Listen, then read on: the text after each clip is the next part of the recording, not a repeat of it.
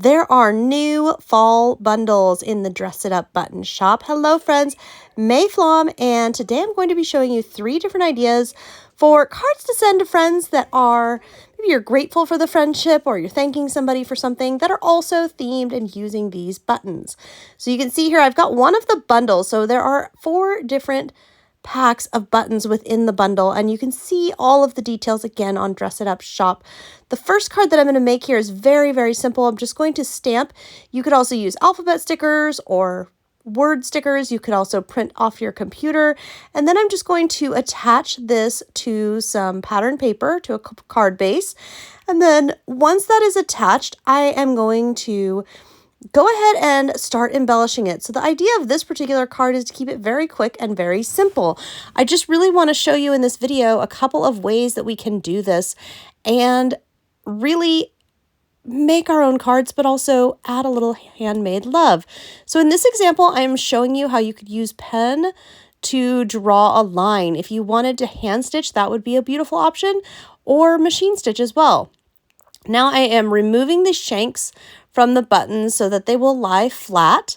And styling, we've got our scarecrow, we've got our pumpkin, we've got our sunflower, and these 3 are really just going to be my main events here. I think 3 is good.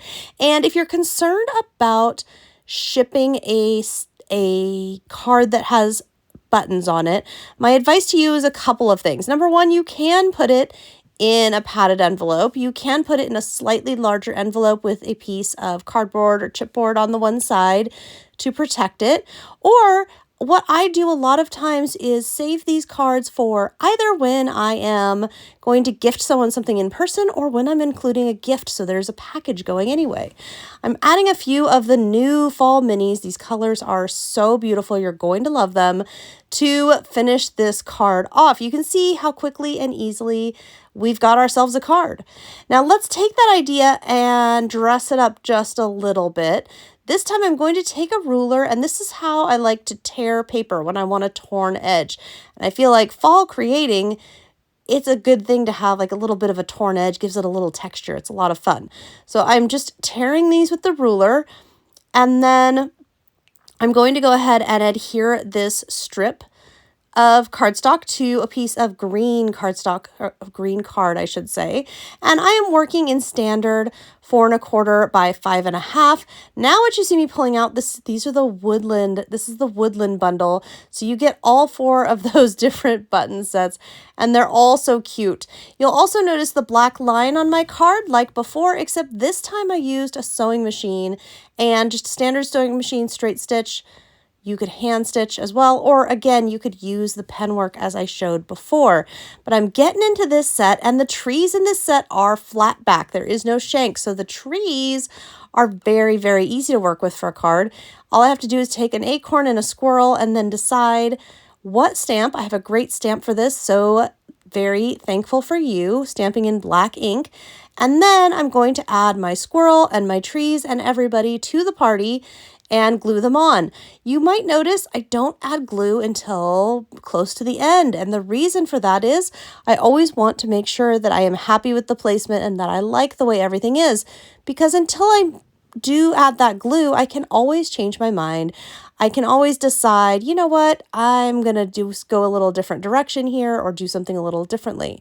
Another thing that I will point out is I am making card designs, but you could use these ideas to create custom gift tags. You could print onto cardstock your sentiments and then cut out tag shapes and add buttons to tags to top to your gifts.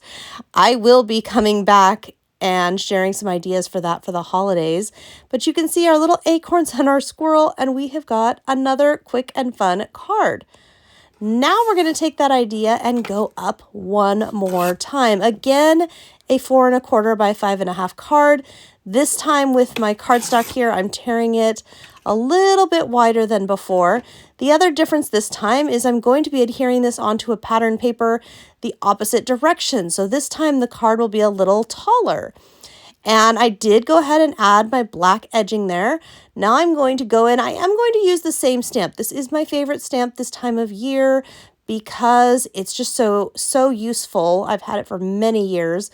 So useful to have a little stamp like that. If you don't, you can absolutely print your text onto cardstock and then use printed. What you see me doing here is stamping a little stamp, a little pumpkin stamp. It's a watermark ink pad. You can see how the little pumpkins are very faint. And now I'm just adding a little bit of flecks of gold spray, all getting ready for, you guessed it, removing some shanks and getting our buttons into play. There are 4 different bundles available, and you can also purchase these buttons as individual packs or as single designs as well if you would prefer, if you've got a favorite. So if you come up with a card design that you just love and you can't get enough of and you want to make a bunch of for friends and family, well then, you can get the singles so that you can have just exactly the buttons you want. Or of course, there's always the mini buttons, a personal favorite. You see me finishing this card off with those. So there you have it. In under 10 minutes, we have talked about 3 different cards, stepping up the technique, taking a little more time with each one. And I hope that you have enjoyed these ideas. Please be sure to subscribe to the Dress It Up YouTube channel. Follow us over on Facebook and Instagram. And of course, check out all of these buttons and so much more at the Dress It Up button shop.